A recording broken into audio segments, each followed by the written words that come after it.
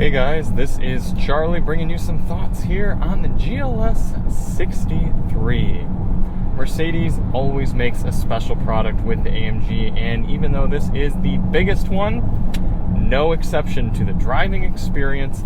And the main thing that always impresses me with driving these AMG products is the bandwidth. The fact that in comfort mode right here, everything dialed back. This is a perfectly sedate and supple family cruiser. You could take this on a 1,000-mile road trip and you'd be totally comfortable. You'd have no idea that you've got all of this mind-bending power underneath you. And it's not only the power. We've been in cars, you can get in electric cars that have plenty of power. It's the pizzazz that it has when you dial it up. Go right over here, 2 little clicks.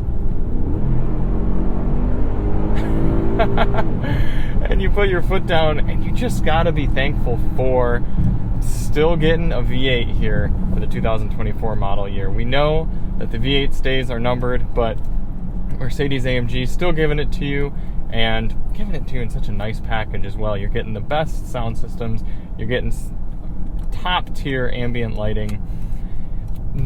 I will say there's quite a learning curve to these cars. It's been a little while since I've been in one of these top tier Mercedes-Benz products, and it was a big reminding game of, okay, this is exactly how the cruise works, this is exactly how the infotainment works, how to adjust all of your lighting.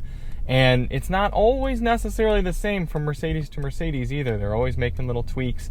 So getting into the showroom and getting a lot of time behind the wheel and really behind the systems, the infotainment systems of whatever new luxury car you're buying is really important here in 2023, 2024. But once you achieve the learning curve, once you get over the hurdles, this thing is a really rewarding car to drive, to spend time in, and it's special. The AMG products are still special. They're still doing a really, really great job. But that's going to wrap it up for us here in the GLS 63.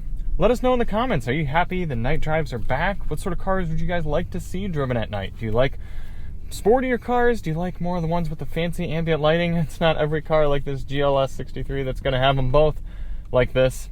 But thank you all so much for watching, and I'll see you next time.